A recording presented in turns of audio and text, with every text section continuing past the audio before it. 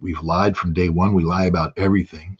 And we still have a policy that says we want to strategically defeat Russia. Why would Russia agree to negotiate away the one thing that guarantees it will never be strategically defeated, which is its strategic nuclear forces, at a time when the United States still, actively embraces this policy? And even if the United States said, well, we changed the policy, we can't be trusted, we lie.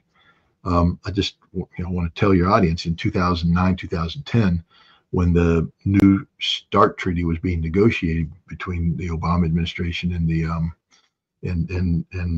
Russian government, the Russians said that, look, we don't want to negotiate this treaty, reduction in nuclear forces without, we have to factor in ballistic missile defense. We're very concerned that if we start lowering the numbers of strategic nuclear forces we have, if you have missile defense, we're going to run into a situation where you have the potential of shooting down more missiles than we have, and that's the end of our nuclear deterrence.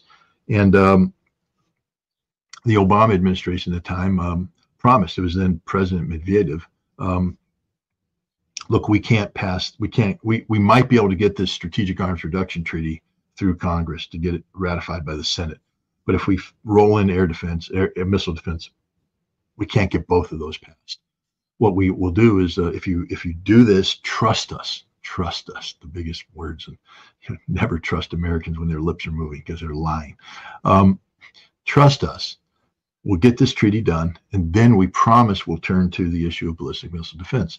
Anatoly Antonov, who was former Russian ambassador to the United States, just left, was the lead negotiator at that time, and he prevailed upon Medvedev to agree to this. And so they got the new treaty. The United States lied about that too. I mean, we lied about everything. We negotiated in bad faith about how we do counting, how you pull launch capability out of a submarine or a B-52 bomber.